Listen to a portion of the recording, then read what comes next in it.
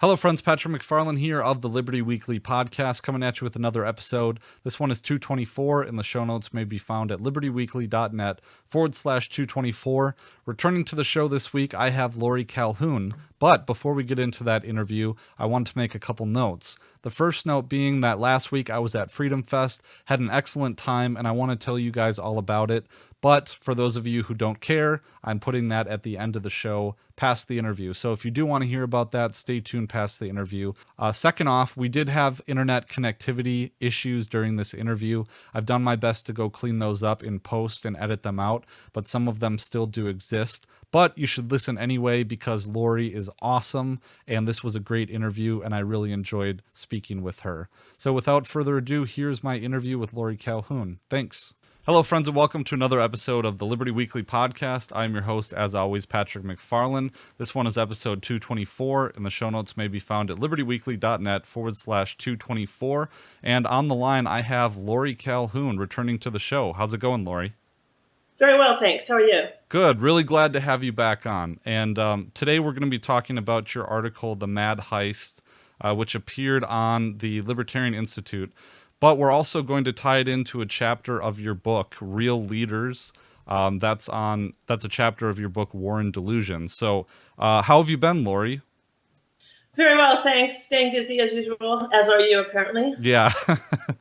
Yeah, it's been a little nuts. We just got back from Freedom Fest, and that was it was a wonderful experience. But it's like when you leave, the work doesn't also leave.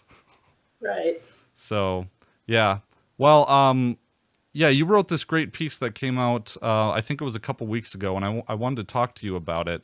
But essentially, it seems like you've tied in this chapter of your book, and you've also kind of talked about how Henry Kissinger and Noam Chomsky, who wouldn't seem to be ideological bedfellows, tend to agree on the Ukraine issue. Right. Yeah, it's a little bit surprising, which was why I wrote the article. I initially was just going to talk about Chomsky and Kissinger, but then, of course, it branched out into its own thing. So it is very interesting because Kissinger is the arch realist and Chomsky is the arch idealist with regard to war. So I explain this distinction in my book, War and Delusion. But basically, a realist is someone who believes essentially that all's fair in war. They may or not believe that about love, but they believe it about war. So basically, war is not actually subject to moral judgment. Okay, an idealist, in contrast, so Kissinger is a realpolitik realist in that sense. War is its own thing. It's separate from individual human commerce. Chomsky, in contrast, is an idealist. And an idealist is the opposite of a realist who believes that basically the two categories, realism and idealism, are exclusive and exhaustive. So they divide the entire terrain of people's attitudes towards war. So the thought I had when I saw that Chomsky and Kissinger were agreeing on Ukraine was, wow, this is like a logical argument. If P, then X, and if not P, then X, therefore X. So you're a lawyer, so you appreciate logic, I'm sure. So, there are a few caveats you have to include here. For example, I'm assuming that Kissinger is paradigmatic of the realist position, and I'm assuming that Chomsky is paradigmatic of the idealist position. But if both of them come together and agree that X, you at least have some good reason for taking X seriously. And X in this case is that Ukraine and Russia need to get to the negotiation table. Yeah, definitely. And I was a little surprised, when Kissinger came out, as I think everyone else was. It was an interesting moment for sure. Definitely interesting. And significant in that so many foreign policy elites constantly refer to him as their mentor. So Hillary Clinton, you'll see photo ops with Hillary Clinton and Henry Kissinger, photo ops with Samantha Power and Henry Kissinger. They all look up to him, despite the whole Vietnam. They love him.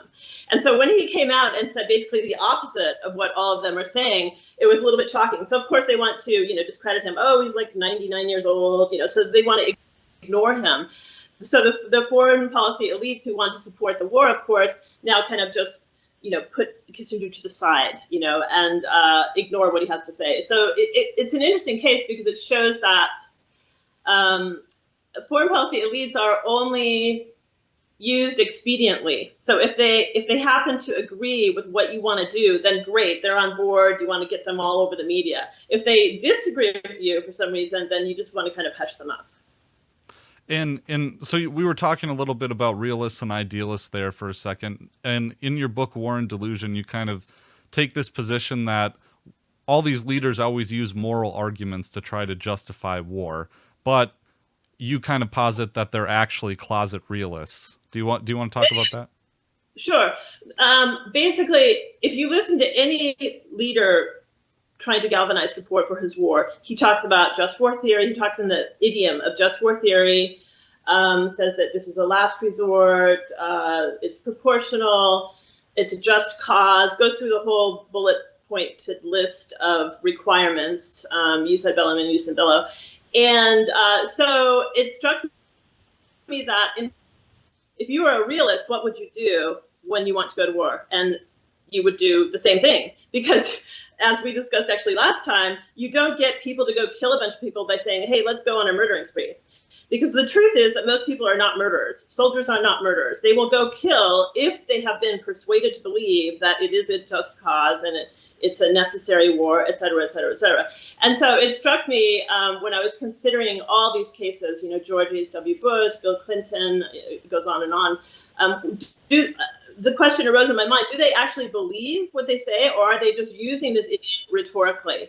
And what I try to do in that article, in that chapter, is show that, in fact, there's lots of evidence for closet realist hypothesis. One big piece of which is the treatment of our veterans. Okay, so supposedly veterans are heroes. But now when you look at how they're treated in actual conflicts, how their claims are systematically dismissed, for example, claims of being harmed by Agent Orange in Vietnam, claims about the Gulf War syndrome in 1991 Gulf War, the fact that right now there are 40,000 homeless vets, all of these factors cause you at least to pause and wonder whether the official story has any validity at all, whether the people who waged war actually give a damn about these people who they claim to be heroes on national holidays, right? So they have them marching in parades and everything. But in fact, when you look at their actual treatment, it's been abysmal for the last, probably since World War II. And the thing that really stood out to me too is that you mentioned a whole bunch of instances of this maltreatment, the homelessness of Vietnam veterans, or the burn pits, which claimed Joe Biden's, I think his younger son, right, Beau Biden. Yes. Another thing that you mentioned is something that I've touched on a little bit, which was the exposing U.S. soldiers and personnel to nuclear radiation. Yeah, that's right. I read your article about that pot meat kettle, U.S. I don't remember the title exactly, but the fact that we actually have used all these weapons we inveigh against, so chemical, biological, and nuclear weapons, have all been used, the entire array, by the United States government and by no other government. I mean, no other government has the dubious distinction of having used all three of them. And then we also provided them, as you pointed out, to Saddam Hussein. So how did Saddam Hussein come up with the ability to use chemical weapons against the Kurds? Oh, voila, we provided him with the technology, and the materials were provided by, I think, both the U.S. and other countries. So it's not that surprising when leaders decide to use these weapons in their arsenals, because they operate according to this, Madeleine Albright idea, which is, if we have this great military, what'd she say to Colin Powell? What's the point of having this great military if we can't ever use it? So basically, they want to use the resources available to them. And that's why, in the current circumstances, we face a real danger, because these nuclear arms exist, and Putin has them. And if he gets backed into a corner, he may eventually decide to use them. So I talk about that case of the leader who is alienated, pushed into a corner, and made to feel that, there's nothing he can do. So Saddam Hussein was a good example. He set a bunch of oil fields on fire in the 1991 Gulf War, because it was a kind of scorched earth deal. Like, I'm going out, whatever, let's just destroy our own resources. It was completely irrational, but he did it because he was like an animal cornered. Yeah, and I had this. Oh, you're a little frozen there, Laurie. I'll just jump in until you come back. But I had this other article about Lindsey Graham talking about regime change in Moscow and how the goal of that, it just seemed like a catch-22 to me, because at the same time that you're trying to get a defeat from Putin in Ukraine, it's the same situation where if you do win and get the defeat, you defeat Putin, that's the instance where he's going to be using those chemical, biological, and nuclear weapons. Right. And I discussed that in the article. Basically, the premise behind MAD, mutually assured destruction as a form of nuclear, of deterrence, is that the leader does not believe that a Pyrrhic victory is acceptable. So a Pyrrhic victory, in this case, would be, we destroyed most of our society. So even if Putin could get into a bunker and save his own life, he has to believe, according to the premise of MAD, that this is an acceptable outcome. I argue that the only reason he would believe that resorting to nuclear arms has become reasonable is that the U.S. government keeps threatening him with his demise. And he has these examples of Saddam Hussein. What happened to Saddam Hussein? Pretty grisly. What happened to Muammar Gaddafi? Pretty grisly. Lots of other examples in history, but those two are fresh in his mind. So there's no doubt, for example, that there are CIA operatives on the ground in Russia. They always have been, there always will be. I mentioned that right now, Putin apparently feels that he's as safe as Edward Snowden is. Edward Snowden is in Russia. He's managed to live for a decade, build a family, live a life. But if the United States keeps threatening him, that confidence in his safety may wane, at which point he may just decide, well, whatever, let's just do this because I'm about to be killed anyway. I'm going to die, whatever, who knows what he's going to do, because he's not going to be in a prudential, rational state of mind anymore, because if he thinks that his demise is imminent, then basically all bets are off, no holds barred anymore. Now, we can hope that he won't do that, but realistically, that's how caged animals behave, or trapped animals. And so it's incredibly dangerous, because he has these nuclear weapons, to continue to goad him and provoke him in this way, even if we believe at this point that he's a rational man, as people like Kissinger and Chomsky apparently do believe that we can resolve this conflict in a civil way by going to the negotiation table. And I have to note too that Chomsky in a recent interview said that he goes to certain websites that he finds very reliable, and one of them is antiwar.com, a libertarian website. He mentioned. I just had to squeeze that in there. But you. Yeah. He reads everything. The guy is amazing. I mean, I think he's 97 years old now, and he's just going as strong as ever. I mean, I have taken issue with a couple of his recent opinions, but you got to cut the guy some slack. He's not perfect, but he's very engaged and reads literally everything. He read my book. He read Scott Horton's recent book, and actually wrote blurbs for both of us. So he's a very admirable and courageous person. And we're fortunate to have him. Yeah, definitely, especially at this time, and he seems to be getting this right. And so the other thing I wanted to mention is you talk about Dr. Strangelove and the psychology of nuclear war, and I think it's really interesting, and you alluded to this just now, but this kind of dichotomy you have between mass psychology, like the psychology of human beings in conflict on a general scale, but it seems like when it comes to nuclear war, you really funnel down to individual psychology and how that plays into the decision to basically annihilate the species. Yeah, that's right, because all of the power is concentrated in this one human being. In the case of Russia, it's Putin. In the case of Biden, it's whoever's running Biden, because Biden is not all there. I think we can all agree at this point. But Biden, in theory, has access to the codes of the nuclear football and could wage war immediately. You may have noticed the quote at the beginning of the chapter, Real Leaders, was from Nixon, where he says, I could pick up the phone and kill 25 million people in 25 minutes, I think he said. So I don't remember the exact quote, but that's the point. The power is concentrated in one human being. Well, human beings are fallible. And I love these films, Dr. Strangelove and Failsafe, because they both underscore this. Like, you know, you have to remember, you can have all this theory and all this scaffolding about just war and this, that, whatever, and assured destruction, nuclear deterrence. But in reality, the decision comes down to one person who could just have some random electron effect and push the button. I mean, you just have no idea. People make mistakes all the time. Sometimes you say hot when you mean cold. Well, Biden could say yes when he means no. You just have no idea, and it's incredibly dangerous.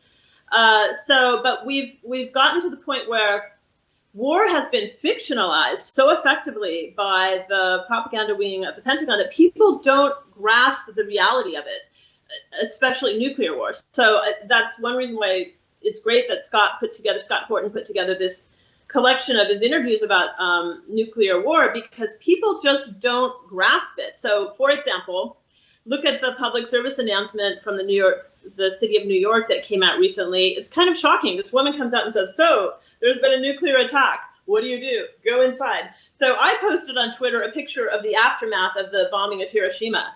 There is no inside. Everything is completely obliterated. And if you think that anyone within 5 miles of a nuclear bomb is going to survive, you are laboring in a state of total delusion, especially because the nuclear warheads today are so much more powerful than the ones that were used then. Those were like weak. Those were small bombs compared to what exists today. Yeah, and plus it'd be a situation where you almost want to consider the people who die in the initial explosion to be the lucky ones, because it's the rest of us who are really going to suffer if we don't. Yeah, I mean, that advice, go inside, maybe that would work for me. I'm in Arizona. Go inside when they bomb New York City. But if you're in New York City, your history, if you're in one of the major cities that's targeted by these things and has been, throughout the Cold War, then you're just toast. If you're worried about your future existence in the coming nuclear apocalypse, you need to move to some rural area very far away from New York City. So that was preposterous. But what was good about it is it just demonstrated how clueless people in our government are. The people, I don't know who was behind that ad, whose idea was that, first of all, who made it. They obviously have no idea what nuclear war is like. And they also have no idea what the effect on the people of New York City and of the United States and the world would be through putting out this complete fear mongering. Also totally irrational, because it gives you advice that's completely irrelevant. And there's so many instances of that. I think I was writing a piece last night about the China and Taiwan situation, and of course I'm focusing on Biden's. He made 3 statements in the last since he took office about the United States having an obligation to defend Taiwan, and of course you don't know whether those are misspeaks or gaffes. You don't know if that's him misunderstanding the 1979 Taiwan Relations Act, and you don't know if that's or it could be just a part of strategic ambiguity where he's trying to cast doubt in the Chinese mind. I think that's giving him more credit than he's worth. But at the same time, a lot of people are really wondering if this is, a big change in U.S. policy towards Taiwan. So you don't want to think that a mistake from a president can unilaterally have a huge effect on the world, but I think there's a case to make that it can. Oh, it absolutely can. And we've seen the White House walk back several of Biden's other statements, where suddenly it seemed like he was sending troops to Ukraine at one point. I think it was in Poland. He said, get ready to go. And people are like, whoa, wait a minute. And he's also changed his line from, Ukraine is not a strategic interest to it's getting closer and closer. It's starting now to look like it's simply a proxy war with Russia. So, and just this funding keeps expanding. But you're right. He's also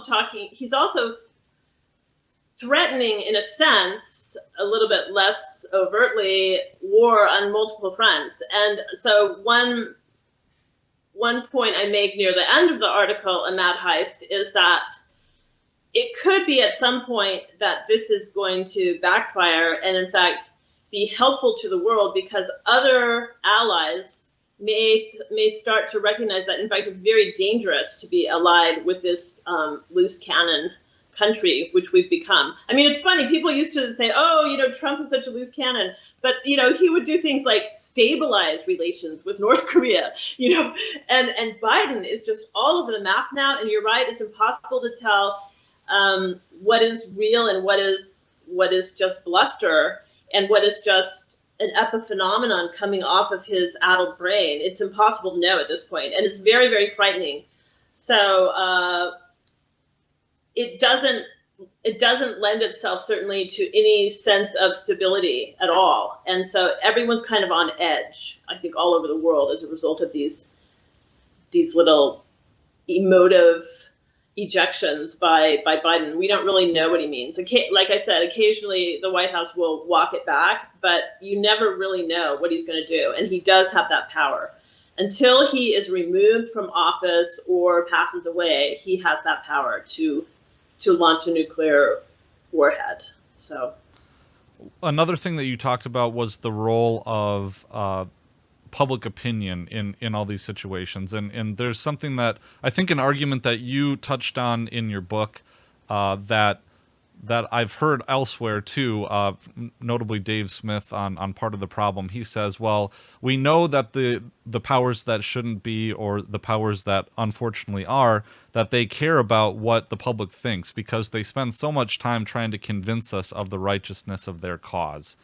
And we had a panel at Freedom Fest where Scott and Kyle Anzalone were talking about the war in Ukraine. And towards the end, I don't know if it was a Ukrainian national or somebody came in and was talking about how, well, 92% of Ukrainians want the war to continue against Russia. And so it just reminded me of, and I want to talk about this, World War I as well, and the parallels between that. But so much of the propaganda that goes into this. Well, it's a huge amount of propaganda. I mean, you probably know this. There are something like 30,000 full-time staff members at the Pentagon whose job is public relations. So their job is to convince citizens that war is everywhere and always necessary and desirable. That's what they do by our time, and they spend their time developing texts and doing social media now, etc., convincing us that we need to, in this case, support Ukraine against Russia, even though it's, as I point out, it's completely irrational in this case, because in the event that Ukraine were to prevail in a conventional war, Russia would still have nukes. I mean, you have to look at game theory here. Russia has the superior military capacity. It's just a question of whether they're actually going to use it. And they would only use it probably if it looked like they were going to lose the conventional war, or if it looked like the United States was about to assassinate Putin. In that case, they might use it. But this idea that Ukraine can actually win a conventional war and Putin's just going to walk away with his tail between his legs is absurd. It makes no sense whatsoever. And yet it's been so effectively propagandized into the public that people are waving their Ukrainian flags and they're all gung ho. Yeah, another $40 billion, another $1.7 billion for Ukraine. Yeah, even though we have, however many, 500,000 homeless people, we have an epidemic of opioid addiction going on still. We have more than 20 veterans and soldiers committing suicide. We have so many things. We have so many infrastructure problems. Amtrak just derailed again. But sure, let's just send a whole bunch of deadly weapons to Ukraine to be used, in this war, even though a lot of them are going to end up killing Ukrainians and could kill Russian civilians and could end up in the hands of who knows what.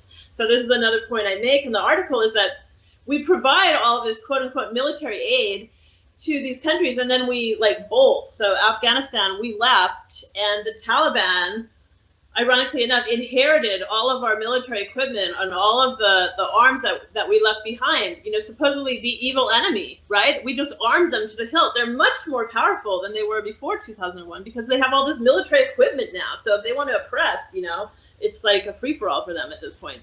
So, and this happens over and over again. So Obama armed ISIS in Syria. And what these people do with the arms once they have them is up to them. We have no control over that, and we have no control where the arms end up in the end. And yet, because people have been propagandized to believe that somehow you're selfish or you're immoral if you don't support this, humanitarian quest to save Ukraine, they support it. Every Democratic representative and senator voted for that $40 billion print money for Ukraine bill. Every single Democrat. So, these are people who supposedly care about healthcare and all these other things that cost money, and yet they were willing to send tons of money, enough money to solve several of the problems they claim to be concerned with, directly to Ukraine. Yeah, and propaganda is the only explanation for this. It is, and even I mentioned before there was that 92% figure that was given for the amount of Ukrainians who do support the war, and you gotta remember that this is a country where any positive speech about the Russians is going to be criminalized, and in fact we have seen that, and you have a large percentage of the population that's displaced, so you're wondering how they're going to be polled adequately. And so even that is kind of a creation. It's a facade. No, these statistics, people love to do polling and statistics, but it's always a sample. It's a sample of people, it could be like all of your, we hate Russian neighbors, who are polled. You have no idea when people throw out these statistics, but people are seduced by statistics. And in this country as well. You just put up a graph and people are like, oh, look at the numbers, But in fact, it's always a sample. And so you need to know the background of the people surveyed and also how the questions were posed. Sometimes the questions are posed very deceptively. And so it's like, are you still beating your wife? So, right. So like, when they're posed in that way, with the result you want, and then you report it throughout the mainstream media. Oh yeah, everyone is in favor of the Ukraine effort against Russia. No, that's actually not true. It just depends on where you survey. Yeah, and so going more on that propaganda note, you and I think when we were discussing doing this interview, we were talking about the adequate comparator to the current conflict, and the one that seems to be most similar is the lead up to World War I. And right. I wrote a piece talking about the Battle of the Somme because I don't think people really appreciate just how awful and terrible these things are. You're talking about, I don't have the statistic in front of me, but it seems like throughout that battle, the British lost 60,000 soldiers. And anything happening like that on this scale today, I think would just we'd become so soft that it would just result in the complete breakdown of society, I think. But George Beebe, do you agree with that? I definitely agree with the comparison of the World War I situation and the relatively trivial affront that led to the deaths of millions of human beings. So I totally agree with that. You have to, leaders claim to care about proportionality, but in the present case, we're talking about a border which has changed over the centuries. Like, these borders have all changed. There's a great little YouTube that shows how the borders of Europe have changed since like 1300. It's amazing. These are artifacts. Borders are artifacts. So they're decided upon by groups of people who are in power, and they change over time. So it's true that Russia invaded. It's also true that these borders are very malleable, and they're a matter of convention, not permanent parts of human society at all. And so if the choice is risk nuclear war and the end of Western civilization or fiddle with a border, then it seems obvious what you should do. You need to go to the negotiation table and talk about the border. Another example would be the 1991 Gulf War, where Saddam Hussein claimed that Kuwait was siphoning off his oil. Well, the proper solution to that complaint would be to go to the place and look at the site and see whether it's true. Is it true that they're siphoning off oil? In that case, we should talk to Kuwait and say, stop doing it. If it's wrong, if it's not the case that they're doing it, then you can demonstrate this. I mean, there are facts in the world that you can demonstrate about these borders and about these conflicts. But instead, George H.W. Bush decided to wage a full-on war and, kill hundreds of thousands of people. Yeah, definitely. And I'm trying to remember, I think Scott has a portion in his book about, I think it's Enough Already, talking about, was it April Glaspie who gave Saddam Hussein the yellow light? Yeah, that's right. That's right. So a lot of talk goes on between these governments, and he absolutely was given the indication that it was okay to do this, and so then he did it. But it was really a trap, right? I mean, in my view. So yeah. George H.W. actually wanted to wage a war, and that's how he got it going. And then, of course, there will be no negotiation was his big proclamation, which he thought made him look strong, but it just made him look like a murderer to me. So, but the same thing's happening now. So exactly. Blinken and Biden, they refuse. They won't negotiate with Putin, and then in some areas of the propaganda, they're calling it a terrorist. So you don't negotiate with terrorists is the implication. So they're not going to even begin any conversations or attempt any third-party negotiation or try to bring the parties together, because they actually want this conflict to go on. And so that's where I discussed near the end of the article, you have to start wondering what exactly is happening. And so I end up concluding that these people can't be so stupid. So there must be something else going on. And of course, it's the old MIC hypothesis. It's actually very lucrative for military industry and military contractors for this thing to go on and on and on, because the more of our arms that Russia blows up, the more we have to produce and the more will be sent. I mean, it's a major cash cow. And so that's why I end up concluding that this whole thing is a major heist. I don't believe that the people who are promoting this war actually want a nuclear war, but they're willing to risk it in order to profit in this way. Yeah, it's terrible. I mean, could you imagine? My mind just boggles, like, trying to wrap my head around exactly the folly of the situation and the brinksmanship, and especially risking every life on this planet, and we have no say in the matter.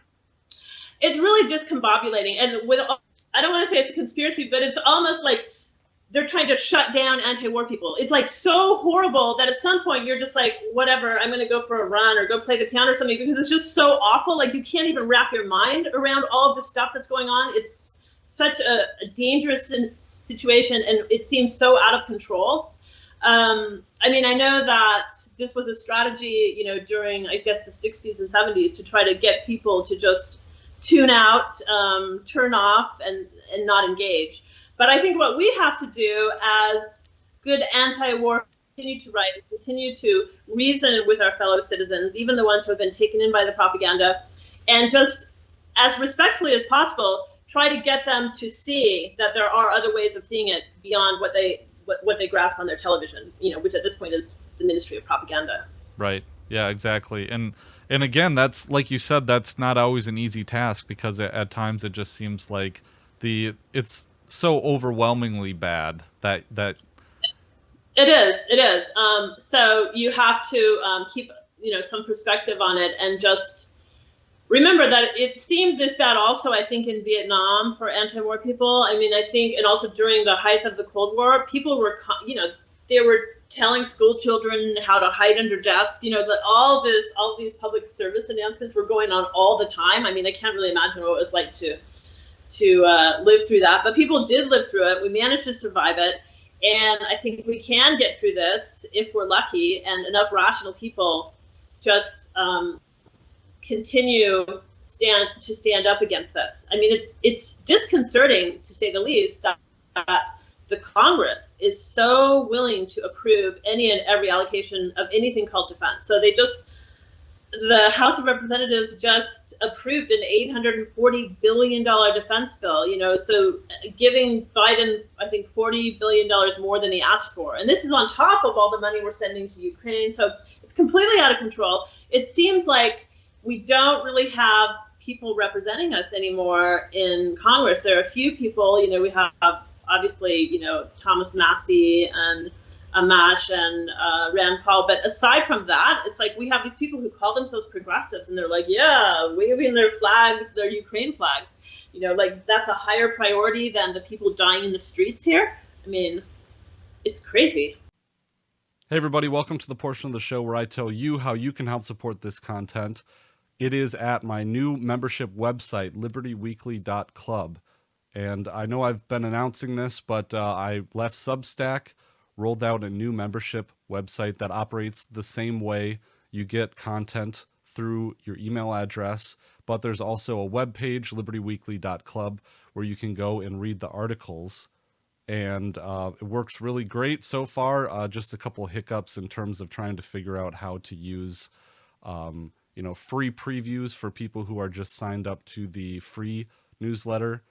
And for people who sign up through the membership here, you can see that right now I have a $5 a month tier that will get you access to early access to episodes of Liberty Weekly, access to bonus episodes that I've been trying to come out with 2 times a month, preprint access to all my Libertarian Institute articles before they're published, and I'm working on setting up a subscribers-only live stream. I'd like to do that before the end of the month, which I will announce through the email list. So if you go through, sign up for the email list, libertyweekly.club, hit the subscribe button. You can choose the free tier or you could choose the $5 per month tier, which will get you access to the benefits. But for free content, there still is free content up there. Like I do a lot of article content there. So head on over to libertyweekly.club. The other thing that I'm really excited to announce is a collaboration between myself and Ludwig von Mises Pieces, which is the guy who does all my graphics and thumbnails, and the guy who, he does a ton of awesome work. So you can see Liberty Weekly merch is now available if you head on over to libertyweekly.net this time /merch, MERCH. You'll be able to find Liberty Weekly merch with my new logo with the rising sun and Lady Liberty holding the shield and flag. I really like the logo that he was able to do for me. And you can see that you can get coffee mugs there. You can get sweatshirt. You can get t-shirts and all that kind of stuff. The other collaboration. Oh, and if you use promo code LW10, that will get you 10% off. And it will also get a kickback to me and show him that you bought through my link. But you could also go through all the other merchandise that he has there. There's lots of good stuff. You buy anything in the store with promo code LW10, and I will also get a kickback. You can see a bunch of stickers and t-shirts and designs that people in our sphere of the Liberty movement will just love all that, the merch that he has there. It's original stuff that he's made himself. And we did a collaboration on a t-shirt, that idea that I had, Dissolve NATO, super timely right now. But for those of you just listening to the audio version only, it's the NATO logo that is being shattered into a million pieces, and it says Dissolve NATO on it. So I think it's a really cool, timely t-shirt. Of course, it was an idea that I'd commissioned, and I think that he did an awesome job with it. And if you like my thumbnails and logo art, Ludwig von Mises Pieces did Why I Am Anti-War podcast logo, which is a dove coming out of a helmet. And I really, really like that logo too. So check out this Dissolve NATO. You can get it in sticker format. You can get it on a sweatshirt or a t-shirt. And I'm going to be picking some of these up myself because I think they turned out really awesome. So again, head on over to libertyweekly.net /merch. And to get the NATO t-shirt, head on over to libertyweekly.net /NATO, NATO.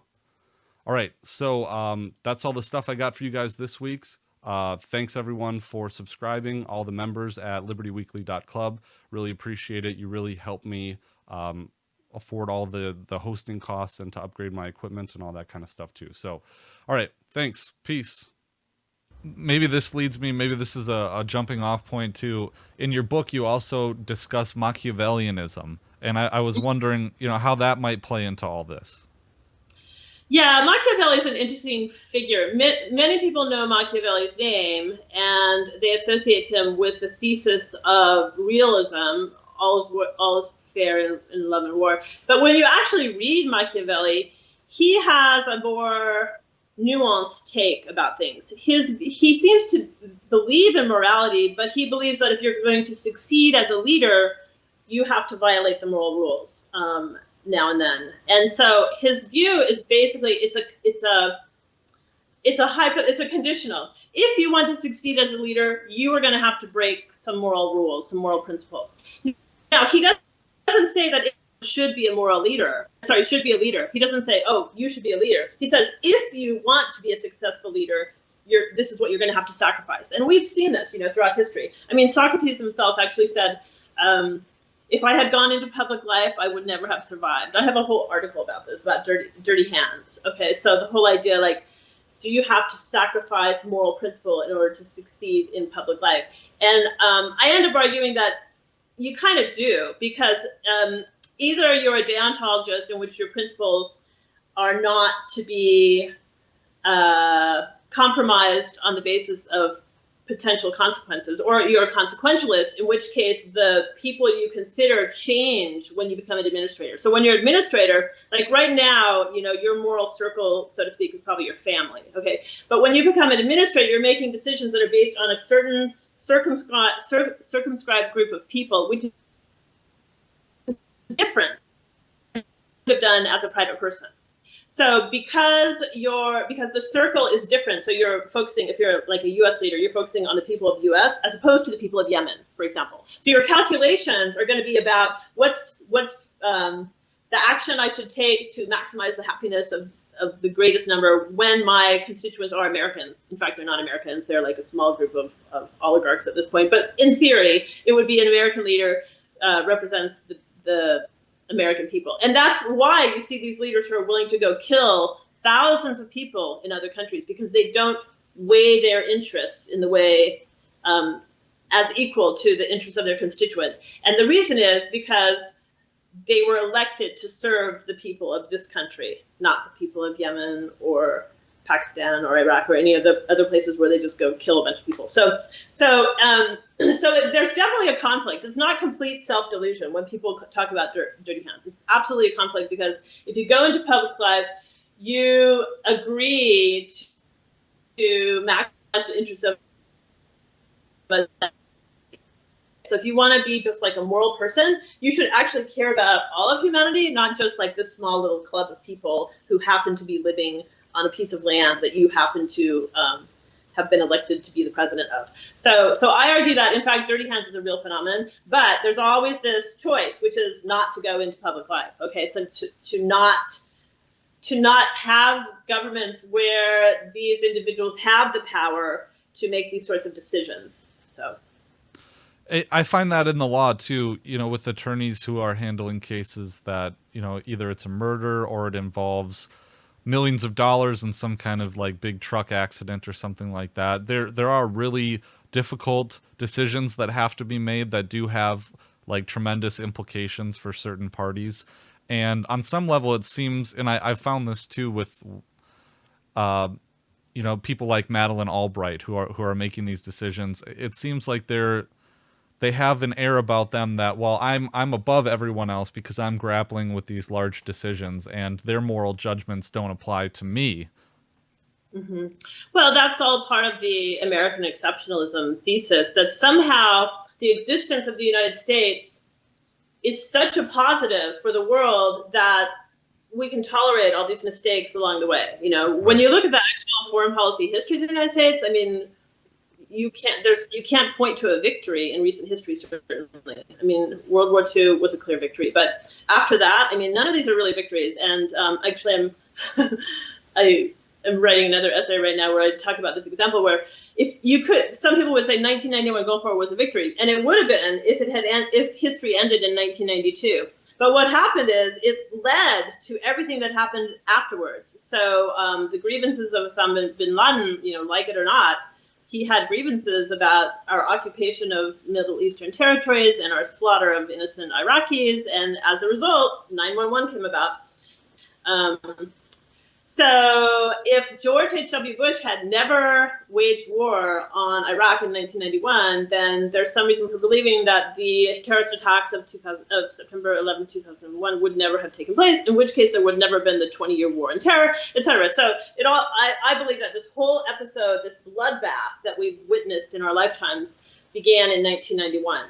And ironically, it was after the fall of the Berlin Wall and the dissolution of the USSR. So instead of like the world becoming Pacific and all, kumbaya, great, we can all agree, capitalism, yay, instead, U.S. foreign policy at least went mad. I mean, they went kind of crazy. Like it was like, what are you going to do about it? We're just going to do whatever we want, wherever we want, and no one can stop us.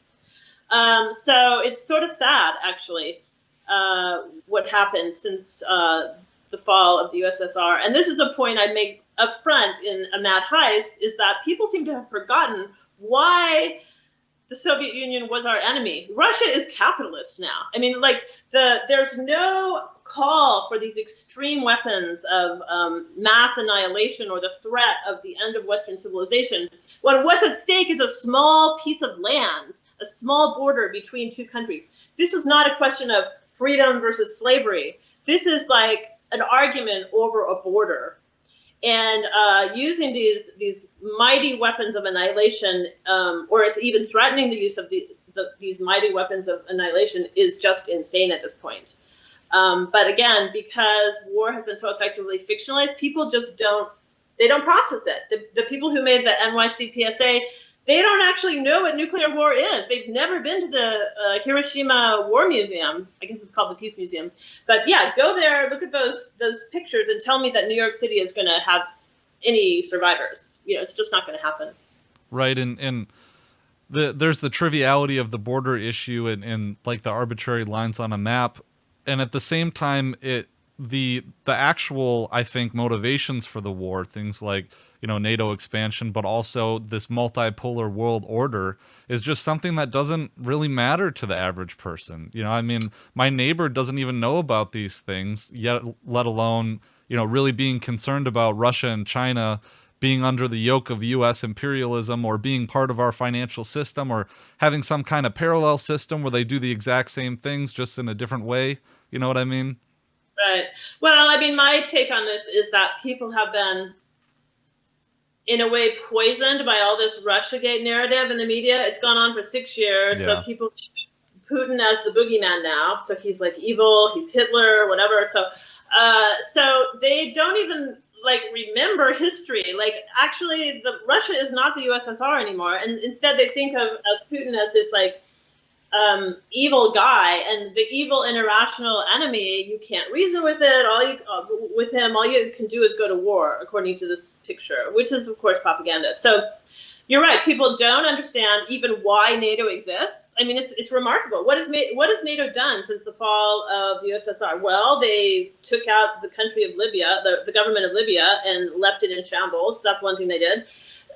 They prosecuted the bombing of Kosovo in 1999. So basically they've done a lot of damage, killed a lot of people, and they haven't really defended the interests for which the organization was constructed, which was to defend the West against the danger posed by communism. That danger doesn't even exist anymore. So as far as I was concerned, as soon as the Berlin Wall fell, that was time for NATO to shutter its doors. Yeah. Instead, it's just expanding, and it's turning into this humongous global thing, that has nothing to do with its original.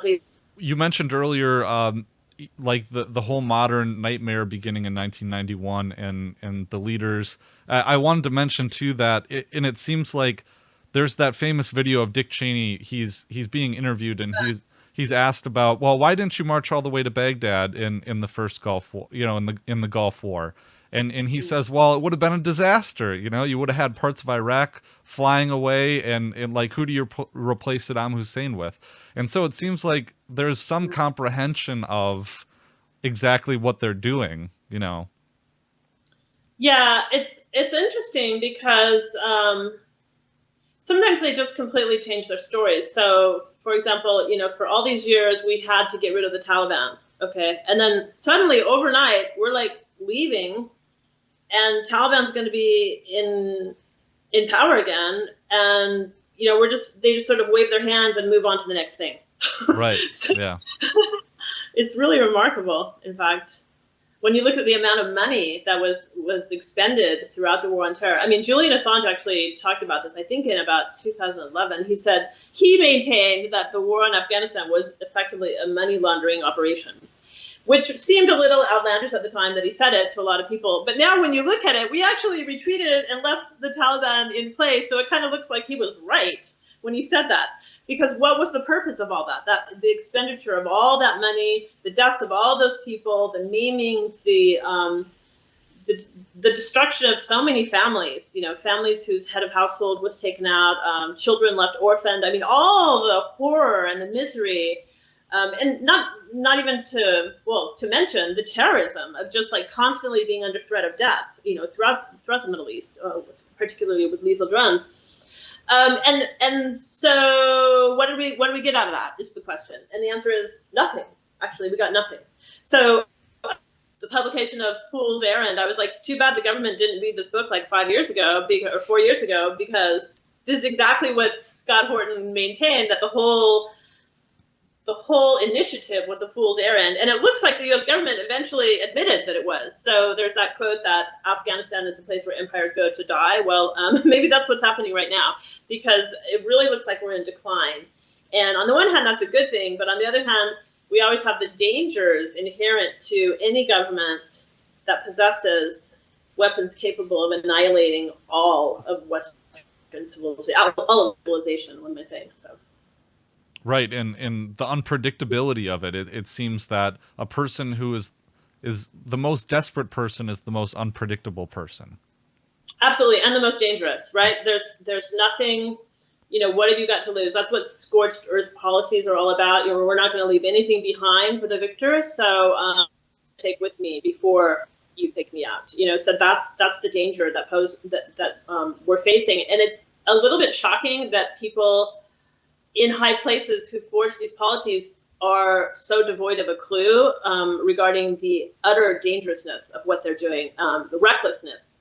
And that's why it was interesting when Chomsky and Kissinger both came out and said, hold on, we got to slow this down.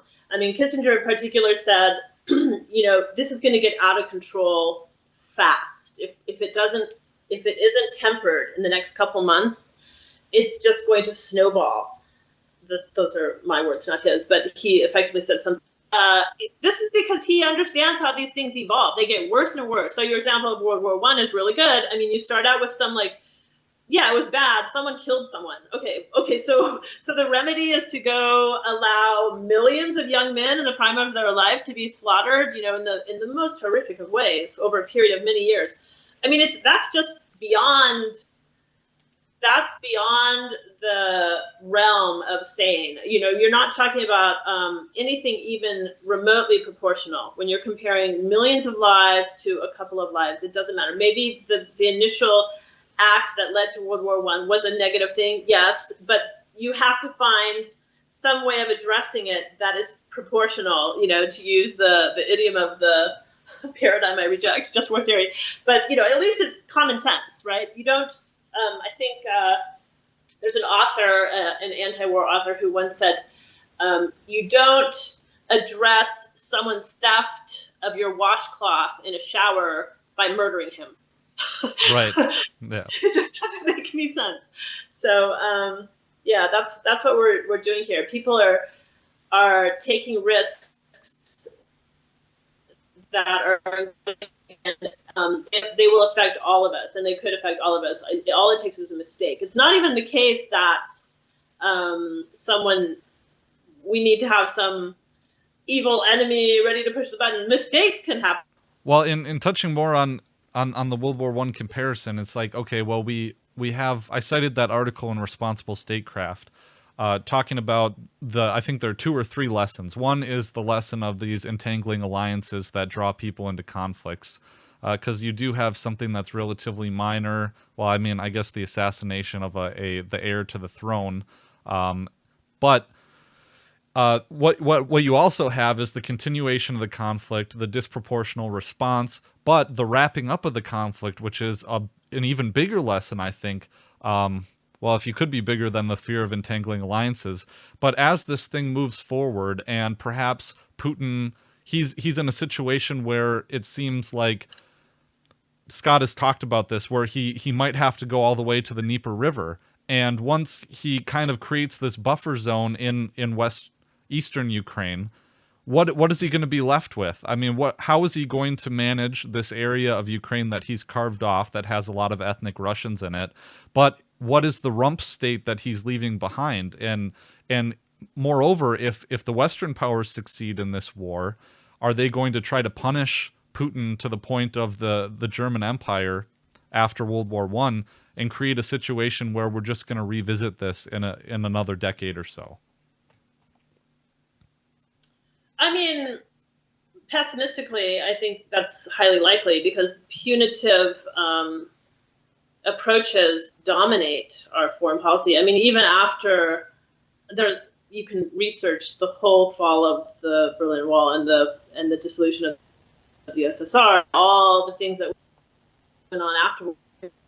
So, Russia was welcomed into the world with open arms as a fellow capitalist comrade, at all. So that's unfortunately the way these things operate, particularly from a position of power, as the United States habitually regards itself. So again, the 2003 invasion of Iraq came about because no one could stop the United States from doing it, even though there were even allies who opposed it, France, for example. And instead, they were just poo-pooed. They called them old Europe, right? And said, oh, we're going to go forward, with our allies in Spain and Portugal. I mean, they met in the Azores. And of course, Tony Blair was instrumental. Without Tony Blair, I don't think it could have happened. But anyway, they cobbled together this quote-unquote coalition of the willing against almost all of world opinion. They withdrew their resolution at the UN because they had no support for it, and they just waged war anyway. So that's kind of the way they operate under this delusive idea that the United States is somehow exceptional and they can do no wrong. So no matter what they do, it's great, according to them.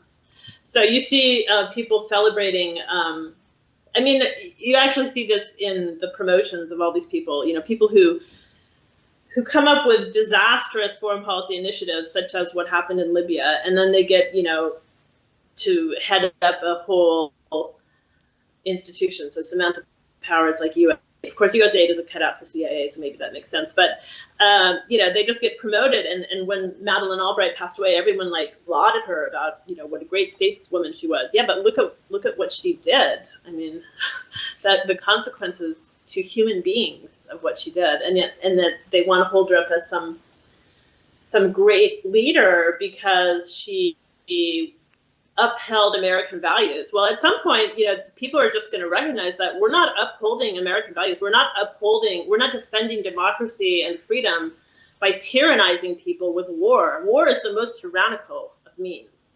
War is what tyrants do because they can't argue their way to what they want. So it's off with their heads, right? We can't persuade them, so we're just going to kill them until everyone who remains agrees with us. That's tyranny, pure and simple. And I think people outside the United States have come to recognize that, but unfortunately, here we're in this sort of MIC-forged delusive dream where people just continue to say World War II, we're the beacon of freedom and democracy. Well, no, actually we're not. Look at the Middle East, what we did to the Middle East. So we'll see what happens. I hope that rational heads prevail in this case. I mean, I don't know who's running the Biden show, but it is a little bit disturbing that they continue to do this and that the Congress is allowing them to do this. The Congress has not put up any resistance to it at all, even though it's a complete, as I said, heist against the American people. American people are being impoverished And again, at the end of the day, we're going to find that what we got for our big investment is nothing, just as what we got in Afghanistan for our big investment. I'm talking about the American people. What we got was nothing.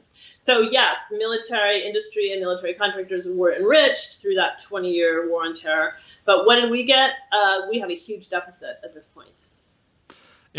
I try and put it all in perspective by looking at the bright side, and I guess the bright side is that people like you and I have plenty to write about, and we're here in a situation where I really do think it's a privilege to live during such storied times. I mean, if you're more cognizant of history, there's always something going on, but this just seems very momentous. So at least there's the opportunity to have our voice heard and be a part of this whole story. Yeah, and there could be some momentum. People, like, one of the aspects of the Trump presidency, in my view, is that it took the presidency down a notch. Okay, so instead of looking at our presidents as gods, people started to look at our presidents as human beings, all too human beings.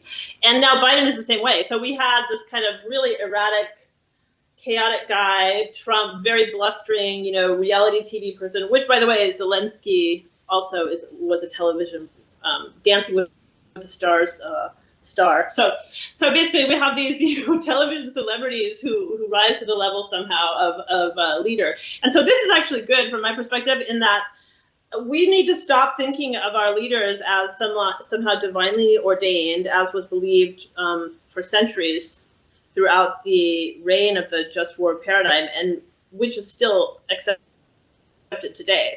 So people need to recognize that these are just human beings. That's all they are. And it's funny that we give them so much power when, in fact, if you ask people, in fact, speaking of polls, if you poll people, like, their least admirable profession is like politicians. People don't like politicians, and yet they somehow forget that, actually the president is a politician. He got there by all this maneuvering and whatever, and doing whatever he had to do to get where he got. And so now that he's there, we're going to give him these life and death decisions of, being able to kill, having the power by picking up the phone to kill millions of human beings. It's nuts, actually. And so the more of these really kind of inept, chaotic, and doddering presidents we have, the better things are, at least from the perspective of anyone who cares about diminishing government. So any libertarians, I think this is going to be helpful for the libertarian movement, and also for just people who are skeptical of government, period, whether they're anarchists or they're just wary of the amount of power that's given to the government, even if they arrived at their view just by reading Animal Farm. Basically, you don't have to have like a really in-depth educational background in these matters to ask, why does this person have the power to annihilate all of the people of another country, and why are we paying him to do this? So those are good things. Talk about silver linings. There are some silver linings. I mean, I think that it was really sad that people were afraid to criticize Barack Obama. So for 8 years, it was kind of a free for all. We're just going to go kill people, and no one's really going to put up much protest. And so now these habits have developed where people just go along party line for the most part. And since the party now is a duopoly, it doesn't matter if you're Republican or you're Democratic, you're going to support every war effort because they call it defense. And defense plays well among the populace because the populace has been propagandized by the Pentagon to believe that we have to support every war everywhere because it's in our best interest. Even though this is clearly not the case if you look at the consequences of any of the things we've paid for over the past 20 years. That's like Top Gun. People go and they see Top Gun and they don't think it's a propaganda film necessarily, or they don't realize that it is, even though the Air Force and the Navy are recruiting right outside the movie theater. They don't necessarily make that connection, or they don't make the connection because they don't really know about the U.S. situation with Iran, that the movie is essentially about bombing Iran.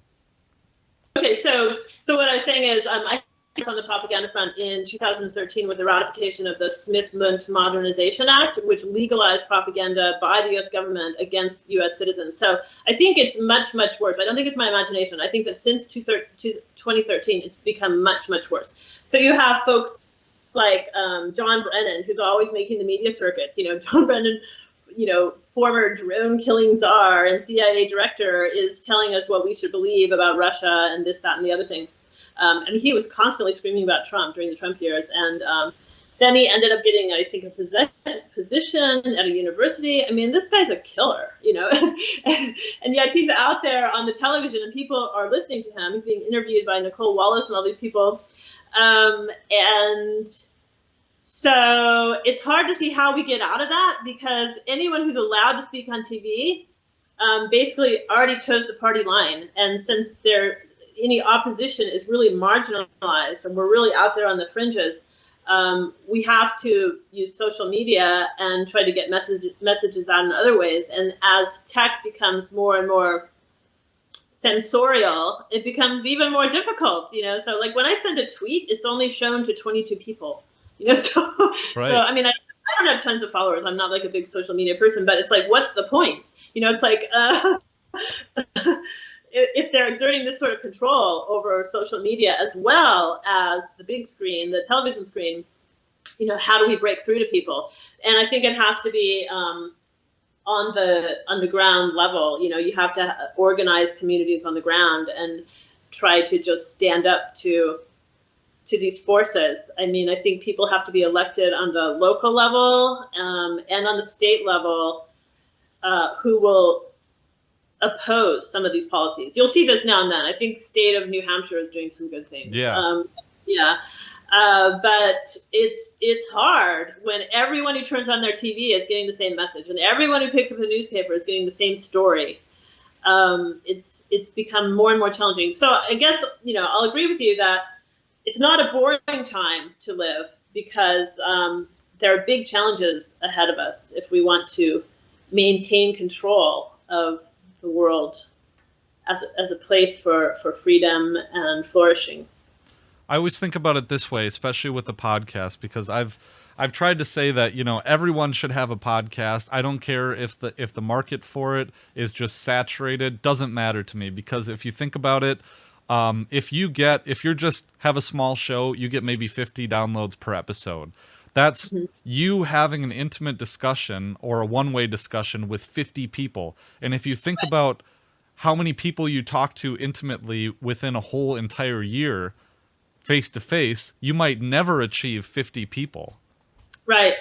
Yeah, that's true. Every little bit counts, and we have to keep writing and talking and meeting with each other, because this is who we are. And I sound like Kamala Harris, because we have to keep working to work. No. So the projects, and I too just continue to forge on, even in the face of incredible opposition. But there are facts, and facts are on our side, so Right. That's good. So Even though it can be demoralizing to watch what's going on, we can't surrender, because surrendering is like the one thing they would like. They wanted everyone to just be quiet. Okay, so what's happening to Julian Assange? They don't even care if they have a case. You're a lawyer. You have some opinions about whether or not he actually counts as a spy. They don't actually care. What they care is that he be silenced. And they've done this effectively. They took away his intranet, I think, in 2018. Then they wrenched him from the Ecuadorian embassy. And now, of course, they're trying to throw him into solitary confinement for like the next 200 years, if not kill him. So we'll have to follow the story of the CIA plotting to kill him, in which case it should be thrown out because they spied on his attorneys. But the point is, they don't actually care about the merits of their case. They just want him to be quiet. And if they accomplish that goal, then they have succeeded in their minds. And the same principle holds true for all of us. So if they get us to just give up, so like, okay, stop writing, stop talking, stop doing your podcast, then they win. Because then even that small number of 50 people or 500 people will no longer be hearing your message. So don't give up. Keep forging ahead. Yeah. Well, I think that's a great note to end on. Laurie, I know I'll include a link in the show notes page, but you've authored several books, and people can find your writing at the Libertarian Institute. I'll link to your author page. Is there any other place that you want to send people?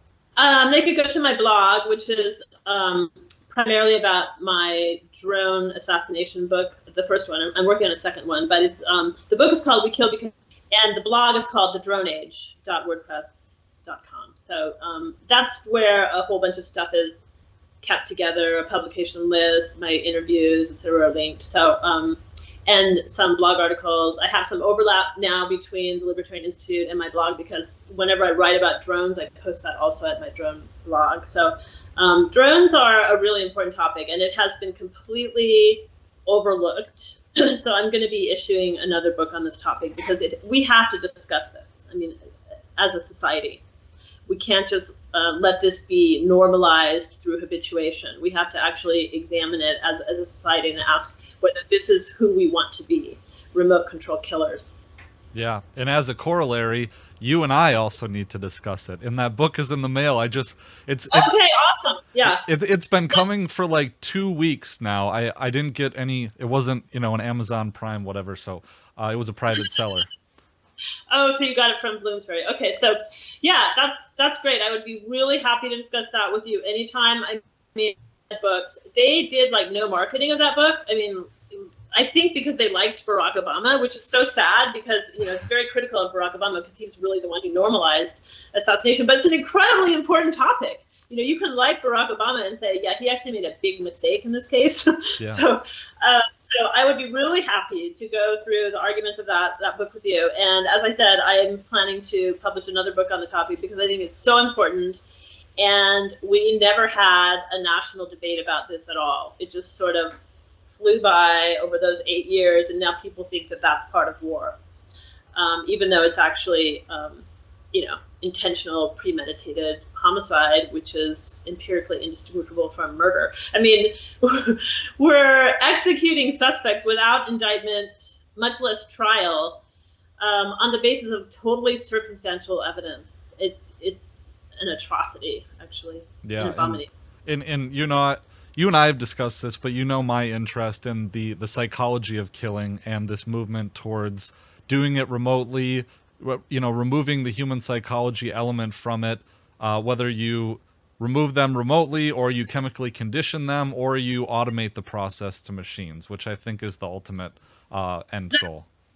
That's right. Well, it's actually just the latest chapter of fictionalization of war. So you make war seem so it's not real. You fictionalize it. So in effect, you turn the populace into the inhabitants of almost a psychotic realm, because they don't have any connection to reality anymore. So you're killing people, but you actually don't realize you're doing it because you're pushing a button or you're on some drug. So it's just the latest chapter in the fictionalization of war, which makes it possible for war to continue on, because people never actually grasp the consequences of what they support and pay for. Yeah, and I think, okay, I should let you go, but I think this is the truth about video games, right? Because this Dave Grossman talks about how video games are so dangerous because they're conditioning our kids to kill. I think, and there was a lot of hay made about it, saying that, well, violent video games cause mass murder incidents. I don't think that's quite true.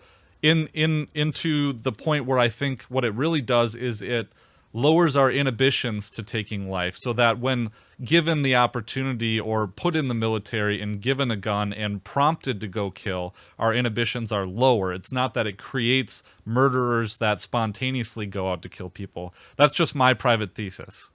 No, I agree with you. It makes it easier to do because you've done it so many times. It's like in my book, I talk about this, like the same physical acts to go shopping and checking email online are now used to kill human beings. Interesting. So you're used to doing these pushing buttons, right? And so now the very same action, you're pushing this button, but instead of, sending an email, you're actually executing someone 3,000 miles away. So it's so super important. I mean, I think I may have mentioned for like a couple of years, every time I opened up my Kindle, I had an ad for Mobile Strike. So they're trying to get people to think that like this is a great pastime, to spend your time trying to kill these, icons in this game. Like this is like what you should be doing with your life. You could go play the piano or you can play Mobile Strike. So when I saw that happening, I realized they're really targeting young people because they want to get recruits. People are like, oh, what a great deal. All I have to do is what I've been doing my whole my entire lessons, and now I'm going to get paid a ton of money for doing this. But actually, you're killing people. You know, you're not just pushing. Yeah. And National Bird. Oh, I'm sorry, you cut out there for a second. I think we talked about the National Bird documentary, but we'll we'll have to save this topic for our next interview. Okay, that sounds great. Yeah. Anyway, it's been really nice talking with you, Patrick. Again, always. Yeah, you too. You too, Laurie. All right. Really hope you guys enjoyed that interview with Laurie Calhoun. Before we go, I wanted to talk just a little bit about my experience at Freedom Fest last week. As I said before I went, Freedom Fest is a very large convention of liberty-minded people that takes place in Las Vegas. Last year was the only year it took place in South Dakota because of COVID restrictions. But now returning to Vegas this year, there was the largest event in terms of attendance that they'd ever had. I think there was 4,500 people who ended up attending Freedom Fest. It was an awesome experience. I got to hang out with Scott all week. I also got to hang out with all my Libertarian Institute colleagues, and that was incredible. It was the first time that I'd met Kyle Anzalone and Connor Freeman in person, but it was me, Keith Knight, Kyle Anzalone, Connor Freeman, and Ben Parker, who is one of he's been editing some of the Institute books, and so it was great to get to meet him too. I met a whole bunch of people. If I tried to list them all, I'd probably miss out on some and feel really bad about it. Dan McKnight from Defend the Guard was great to meet. He gave a panel discussion with Scott and Kyle. Got to meet and hang out with Clint Russell and Reed Coverdale, and mostly hung out with Reed while we were there. Reed's great. I mean, it was great to meet Reed in person, and I think we'll probably be doing a show together. Reed and I got up to some shenanigans because I was there when Reed first realized that the SPLC hit piece was written about him and Clint, and that was it was funny to see their reaction. And when Reed told Scott about the article, it was real funny too. So we tried to get into some shenanigans where Reed and I tried to interview people from the Epoch Times and New Tang Dynasty about these organ harvesting allegations. And unfortunately, we didn't land an interview. And I have to thank Reed for I think it was his idea to do it. But he was going to moderate kind of a discussion. So we went over to the Epoch Times table. They had a big booth set up right next to NTD. And we asked some of their staff people about, hey, we wanted to request an interview with one of your on-air talent, talking about organ harvesting. And the attendant was a little confused, and I was like, well, you know how you guys always talk about organ harvesting, right? Well, we're a little skeptical of that narrative and would just like to have a discussion about it, a pretty honest discussion about it. And well, I left my phone number and said who I was, and I didn't get a call back. And I think I purposely didn't say the outlet, but they might know who I was, possibly. I'm not sure. I don't know if my work gets that far out. But I didn't get a call back on that interview, which is fine. But I think it was a little disappointing because it could have been really productive, I think. So the other thing that happened is that Scott interviewed me on the Scott Horton Show and for KPFK about my newest piece on the Xinjiang police files, and that interview went really, really well. Some of you might have heard it. It was on the Scott Horton Show, but if you haven't, I'll put it in the show notes page. Talking about my latest piece that got some traction on social media and some attention from other people in this space who are also skeptical of the Uyghur genocide narrative. And some of them, I'm not going to lie, a lot of the hard and heavy lifting on this issue has been done by people on the left. Some people who are actually communists, but other people who are Chinese expats who really just don't like to see the country that they grew up in, the country that they love, be smeared on the international stage like this. And I don't think you could really blame them for doing that. So I've talked about the Uyghur genocide allegations issue on this podcast a lot. I think I could review my new article because there's there's a fair amount of original research that I put into it and some investigative reporting on it. I could review it on the show. maybe that will be for another episode, but I have a lot of really awesome interviews lined up and a lot of ideas for shows that have come through. So it's not going to be in the next couple episodes, I guess is what I'm trying to say. And I'm trying not to pause because I've recorded so many takes of this little talk and I don't have any more time to make it exactly perfect. So I'm just trying to remember all the other things that we did, but it was great to meet a whole bunch of different people in the Liberty Movement. It was great to network, great to hang out with my brothers at the Institute, and I'm looking forward to going again. I think we're going to be going every year from now on. Not really positive about that, but well, I'm not really positive if I can make it every single year, but I think the Institute will be there every year. So just wanted to share a couple thoughts about that. Great to meet everybody. Thank you to everyone that I shook hands with, got to meet, got up to some shenanigans with, like Reed Coverdale, and looking forward to seeing you all again. All right. Thanks for listening to this episode, and we'll see you next time. Peace.